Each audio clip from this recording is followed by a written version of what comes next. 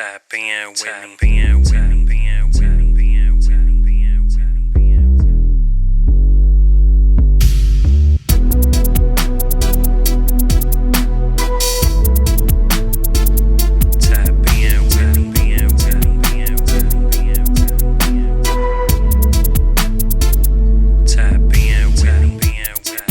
Is your mic used for spoken word, music, comedy, or podcasts? Why don't you take a seat on my couch and share your craft? Focus on the future. Reminisce about the past. This segment pinpoints your journey to the top. So make your presence felt before the mic drops.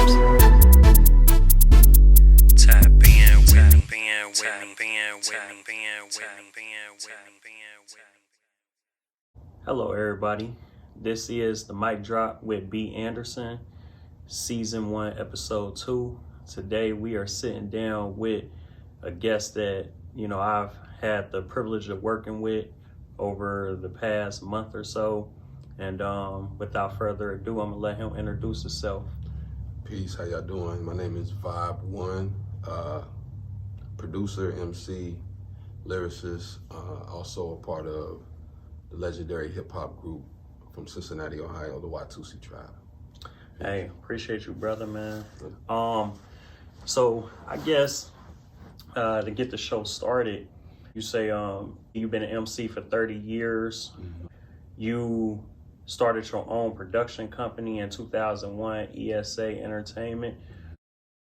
21 years, man, that's a long time to be in business. How have you been able to adapt and with the changes in music and everything else? How have you been able to stay relevant and still create new content? Well, right around 2000, what's funny is that my group was offered an opportunity to sign with this company that was doing this new thing that was going to be called online music servicing, right? Mm-hmm. So we couldn't fathom, what he was saying, to the point where it's like, we used to have the physical, if not cassettes, before then CDs. Mm-hmm. How is our music going to be just on the internet, and it's just going to be sold all around the world? It was just blowing our mind, right? Right. Like, what? And then shortly after that, Napster came out and all kind of different things. So we started to realize, oh man, this is what dude was talking about. Mm-hmm. So we could have been ahead of the curve in terms of independent artists starting out on the internet label or doing things, not on the internet label per se. It was an actual label, but they was distributing the music digitally. Right. So I took that cue right then and there to jump on it, So what I ended up doing first was connecting with the company CD Baby. So with CD Baby, it was so new when you put your info as to what type of artist you are, what type of group you are. You put, well, if you like Wu-Tang, you are like us. If you like Fugees, you are like us. Right. So it was just those different little taglines that I would put with the music that we had started putting out, and it caught on. Mm. So, but it caught on quick. So very surprisingly, we didn't have any, commercials out. We didn't have any major videos or anything like that out. We just had the product. And of course, we was doing a lot of shows, but we hadn't reached overseas where our music was going. Our music was in, Japan, London. It was just everywhere over there. So I'm like, oh, this really something to this. Mm-hmm. So I just kept coming up with more music, coming up with more content, coming up with more albums. So from solo perspective, from the group perspective, from starting to make beats for other people. So the drive is really what kept me going. I love doing music. Like, if I'm not doing music, it's probably because I ain't here no more. Mm-hmm. That's how it's gonna go. That's how I feel it's gonna go with me. So there never was a point where I felt like, I don't want to do it, or, you know, I had to take time out here and there just because of life. I had children, I had a family and stuff like that. But music has always been a driving, motivational force in my life to just express myself. So that's how, but technically that's how I kept going, because I jumped into the digital stage of it early, as an artist and as a group member. But my drive is what kept it, because it hasn't always been up. You know, you have peaks and valleys or whatever that you go through in terms of like having the budget to promote yourself, having the time to get out on the road, or having inspiration. Sometimes you go through low points where you're not really inspired. You got to live a little to have some things to, you know, to talk about in your music. So all of that put together is how I've been able to keep going to this day. Well, you mentioned inspiration, and, you know, with you being an MC for the last 30 years, that's, you know, around the early 90s and things like that. What artists would you say really inspired you to say, hey man, I really want to do this music thing? Who was you listening to back then that, you know, just drove you like, hey, this is what I want to do? Right. Well, since I was really, really young, probably around 5 or somewhere 6 or somewhere around in there, somewhere in those ages, I gravitated to the music. I was dancing and stuff like that. I used to be in I've been in plays in my schools. I've been in talent shows, all kind of different things since, like really young. Okay. And almost to the point where people could see stuff in me that I didn't really realize, but I just knew I loved doing this music. So I was inspired by people like Michael Jackson and Jackson 5, Stevie Wonder, Earth, Wind and Fire, when I was very, very young. So that kept me driving. That kept the drive in me to always have something about music going on in my life. So it wasn't until probably, I think I was around 13, 14, somewhere around in there. Well, before that, I'm sorry, leading up to that age, New Edition is like my number one. And then how they splintered off and did all the things they did as solo artists and all that stuff like that. That's the people I saw like, oh, I could do this. Okay. Like, oh, Michael always seen, everybody else seen way older. It's just something that I appreciated and liked. But these are people I'm looking at and I'm like, oh, they don't look like they're that much older than me. This is what I can do. And then I really, really fell in love with it through them. That's who I was really, really inspired by. And then as a producer, I was very much inspired by Teddy Riley and Guy, and you know, all the music that he did, and then Jimmy Jam, Terry Lewis, and then Babyface, L.A. Reid and Babyface. Those are the people that start making me think about the business part of it and then the production side of it. Because I knew, I was like, man, I want to be able to create this music. Because I grew up a drummer. I played drums since a young child, but I didn't know how I was gonna get into music. You know what I mean? I want to do it. It's not a lot of things around here in this area at that time that showed you how you can be an artist. But I don't know. Each year, I would just pick up more information, learn more things, learn this and that. But when it came to the point where I started rapping, I wasn't inspired by it. It wasn't anybody that I don't have I don't have anybody that I could say that really made me want to rap per se, because I was coming from an R&B standpoint and a producer standpoint. But what happened was, one of the brothers in my group, the Watusi Tribe, X-Man, he was like, look, we starting this group. And before this was even Watusi, I'm sorry, I got to predate that. It was X Nation. And it was all about the X being the unknown. We don't know our history. It's getting back to learning our history from the motherland, blah, blah, blah, all that type of stuff, right? So I was like, okay, well, he wanted me to join the group. I was like, man, what? I ain't never really rapped before. I rap other people's stuff when I'm listening to some, but I don't know what I would talk about. Right. And so he said, well, I was raised Muslim, right? So a lot of the prayers in Islam, they rhyme. So he suggested on this song that we're about to do, why don't you just do this particular prayer, which is called the Al-Fatiha. You do that to get you loose and to figure out how your voice sounds over music or whatever the case would be. And it has everything rhymes and it has its melodies in it. So I was like, okay, I'm gonna do that. So I did that. And once I did that, my codes were set out instantly. So from that point on, I just went to start just writing. Now, after I started writing, I listened to a lot of Ice Cube because I liked the way he told his stories and stuff like that. So I will say that Ice Cube is somebody that inspired me as I was going on. But the person who really said, hey, do you want to rap? And it was like the light bulb went off, like, huh? Was my big bro, X-Man. Okay. Yeah, so that's kind of how that's how the rapping part came about. But I had to take you before that because the music was already driving in me, and before that, you know what I mean? I was dancing and all that type of stuff beforehand. Yeah. Well, let's fast forward to 2018. Your latest album, TMOLR. Yeah, the maturation of Lil Ronnie. Okay. That's what that stands for. That album got no skips for me. Like, that's real talk. Hey, man, I got the opportunity to check that album out. Really enjoyed it.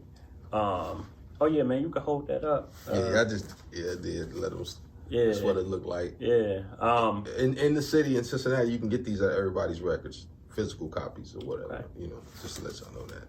And it is streaming everywhere. Got the opportunity to listen to it on Apple Music. Like I said, it got no skips. But one track in particular that really stood out to me was called She Power. Talk about that. Man, well, what it is what's dope about that particular song in itself, I think it was the last song. Yeah, it was the last beat that I chose that I knew was going to be on the project. I don't know if I actually recorded it last. It might have been something else that I recorded after that, but that was the last one that I got to put this beat on. And it was the track was given to me from a brother named Prady Rain, who ended up, I met him as a youngster when I worked at a group home. He was getting in trouble in and out of being locked up and stuff like that. And then he's somebody that later on, as a 20-something-year-old guy, we reconnected. And he was rapping back then when he was in the group home, and I was one of the first ones to like give me some encouragement, like that's what you need to do. Keep doing that. You're really good. He was a really, really good rapper as a youngster, as a like a 13-year-old or whatever. So fast forward to he's like 23, 24, somewhere around there. He's producing now. He has his own studio and all that. So I'll come to check him out, and he's playing me beats. And he had this track that was already titled She Power, but it was just a track. So I was like, oh, I like that. I said, and I'm gonna leave that as a title, because on the record at that particular time, all I had was I had different types of relationship songs on there, but I didn't have anything that just in general showed respect to women and the power that they have. And kind of in the song, just trying to let them know that they have the power to be more than what they may feel like has been perceived to them or shown to them on TV or in music videos or in life by people that's around them, whatever. Just really trying to just pay homage to women and just show the utmost respect that I could on that particular song without it being something personal and a personal relationship type of song. So that's how She Power came about. Well, I can say that I definitely appreciate a record like that, just because in rap music, it seemed like you always have rappers degrading women and things like that. So to hear a track where, an artist is pumping up women and, She Power, I mean, it just says it all in the title, man. It's something that I can definitely appreciate. Would you mind spitting a little rhyme for us? Sure. Some of that. Let me see. I was gonna say it could be anything, man. Oh no, let me see if I can dial that one up though, because since we talking about it, if I can get a few bars off of, then I will. If not, I do something else. Let me see. I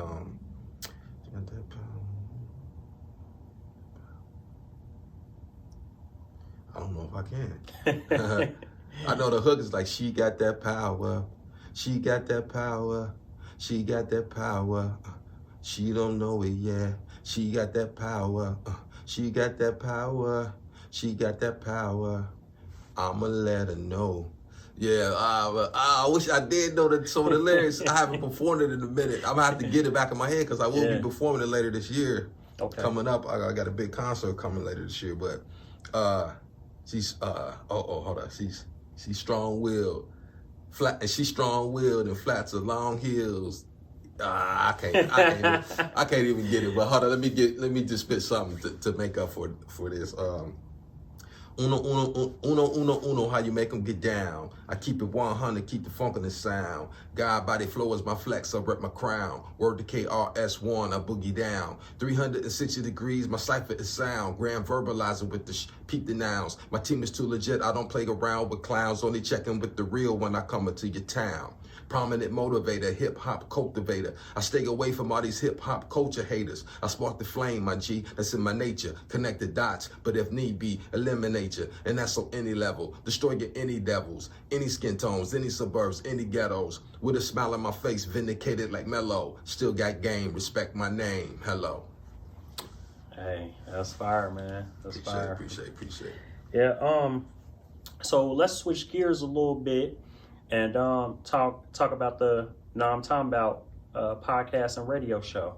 Cool. Yeah. So the Now I'm Talking About radio and podcast show came about from my dude, my bro, Blaze 6, who used to be in the group called Sauce. It was Crack Sauce before that, then they shortened it to Sauce. They were really prominent hip hop group in the 2010s. So we actually, he's on the Maturation and Live Run. He's on probably about 4 songs, singing a hook on some things. So he's a really talented singer, really talented MC, really talented comedian. He's like a jack of all trades for real. So early in 2018, he just messaged me and said he was coming up with this show, and he wanted to see if I would like to be the co-host to it. Just have somebody else's perspective. He has his perspective of his side of it, which would be the comedy, and also his age range, and then my age range and the different things that I come with. So I was like, sure. What was crazy is that I was having thoughts maybe a couple of weeks before that, leading up to that. It would just podcasts would pop in my mind. I'm like, what I like to do, is that something that I would like to do? And then when he just hit me out of the blue, like it was just out of the blue, then I was like, see, my mind was getting myself ready to know that this was coming or whatever. Mm-hmm. So we kicked it off in February of 2018. We've had artists from the Cincinnati area, be it singers, rappers, poets. We've had television newscasters coming on. We've had people who own their own businesses, like barbers. We've had lawyers, different types of lawyers. We've had lawyers that came in to deal with like criminal stuff. We had a lawyer come in to talk about the music business, music law. We had a lawyer come in speaking about child court issues. Mm-hmm. We just had across the board just different type of people come in. People who were doing plays, promoting their plays, actresses, actors, all of that. So what happened was we were in a certain facility where we did the radio show, but then for some reason it got shut down. I don't even know what happened.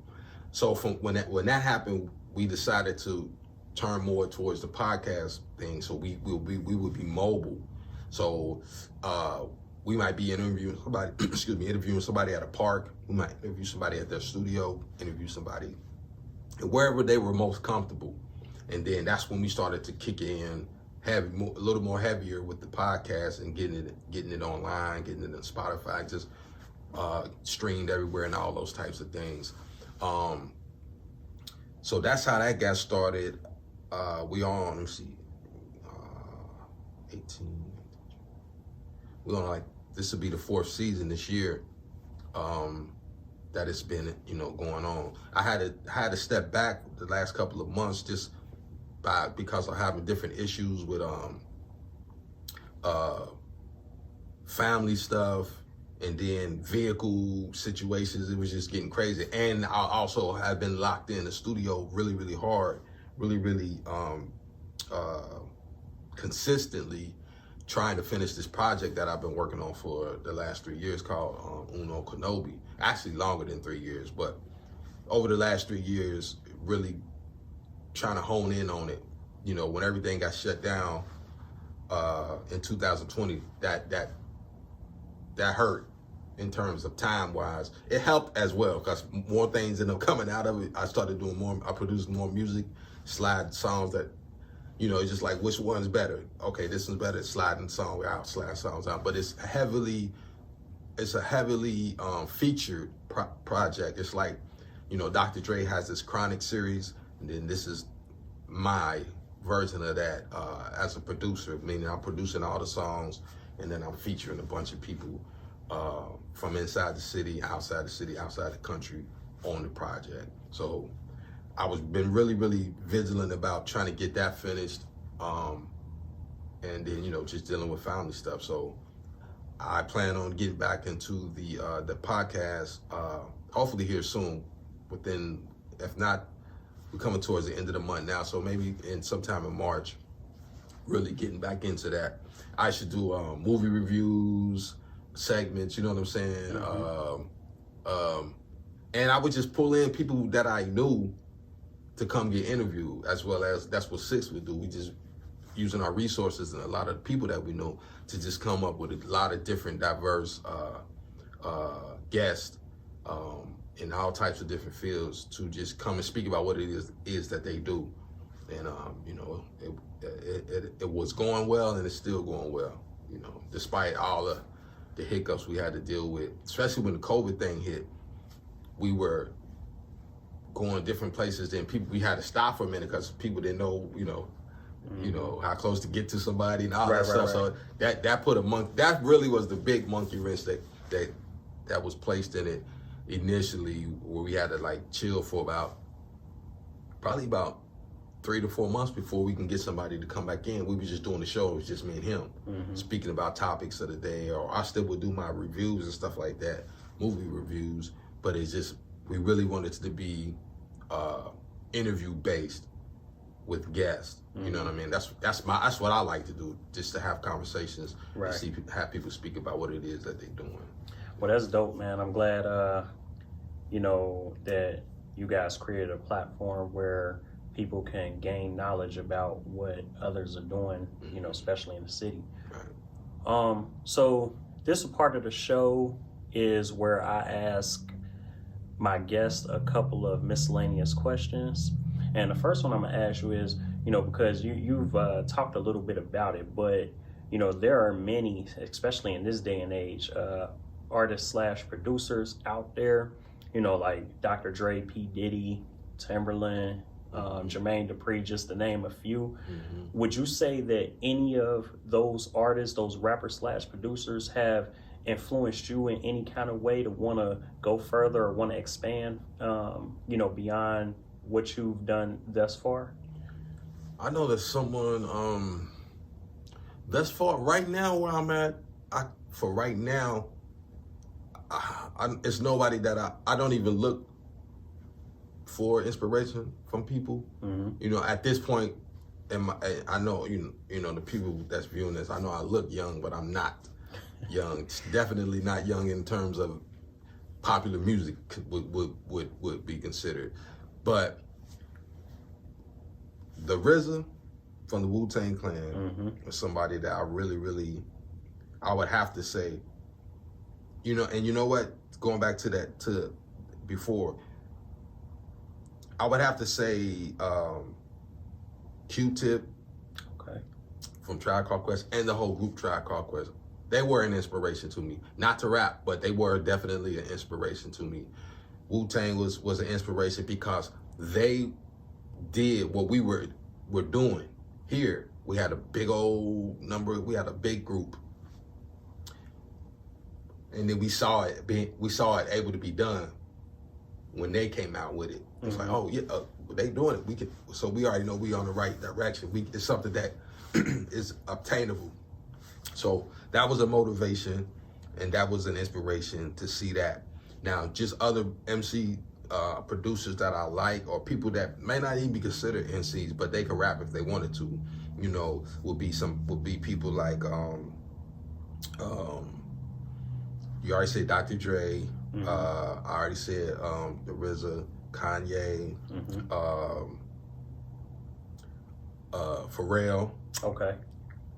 I feel like he can do whatever he wants to do. Pharrell's if he feel like rapping, then he'll rap. Yeah, that's a good one. Do it. And so he's really probably the one that's closer into my lane in terms of if I want to be melodic, if I want to do the hook. I don't ever really call what I do singing, but I just call it vibing or whatever. And a lot of times, if you listen to a lot of my music, majority of the hooks is always coming from a melody standpoint. Yeah. And so, it started, I would have songs that I would want people to come sing on. And if they wasn't able to, or committed to it, but wasn't able to make it through or whatever, eventually it's like, I got to do it. And I'm the only one hearing what I'm hearing in my head. And I'm the only one really probably going to say it the way I want to say it. Even though this person can sing their butt off, but they still might not. They might put too much into it than what is really needed. So that's why I really, really connect with Pharrell like that. Okay. And of course, like I said before, Teddy Riley. Okay. Yeah, because Teddy can rap. Teddy can do what he does on the mic as well. So I would say them. They would be the people that dang, is there somebody else? I think that's it. Name me one album, it don't matter what genre it is. Name me one album that you could listen to straight through over and over again, no skips. I would, it's a couple of them. Yeah. Can I give you a couple or just one? Yeah, you can give me a couple. Okay, the first Wu-Tang album, Enter the 36 Chambers. The Tribe Called Quest, Low End Theory, and then like Off the Wall, Michael Jackson. Okay. Play that all the way through and not touch it. I'll stop there. It's a bunch more, but I'll stop there. Okay. Yeah. Well, hey man, it has been great having you. Why don't you let everybody know where they can find you on social media? And you mentioned that you got a big concert coming up, you got an album you're working on. Tell people where they can find you next. Got you. So in terms of social media, on Facebook you can look me up under Vibe1, VIBE-ONE. My group is the Watusi Tribe, WATUSI. That's also on Facebook. And then on Instagram is Mr.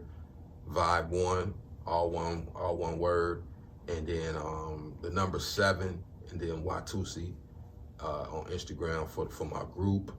On Facebook, they got to the point where they made us have to put our names, our regular names, you know what I'm saying, and not just our stage names. But you'll find I put up a lot of content under my name on Facebook as well, and that's Khalid Abdul Rahim, Khalid. You'll find a lot in there. On Twitter is Vibe1. Let's see, is anything else? TikTok is Uno Kenobi. Well, you put Vibe1, it still should come up under there, but they wouldn't let me use Vibe1. I guess some other people that already had it, but the Uno is UNO Kenobi, KENOBI. On TikTok. And then the project that I'm working on, well, pretty much finished with. The project that I'm about to drop March 18th is called Uno Kenobi. I have singles that's out right now from the album that are streaming. Don't Stop, Make It Move, Make It Pop, How We Get Down, Velvet Love featuring Doo Wop. I just released that on on the 14th of February. And then the full album will be coming out probably more than likely on Bandcamp, but I'll have all that information. If you just come to my sites, you will see when things are going on. And then the big concert, I got shows that's going to be going on throughout the year, but the big concert that I'm really making sure that's going to come off and pop off really, really good is actually going to be a birthday / concert, and that's going to be in September the 9th.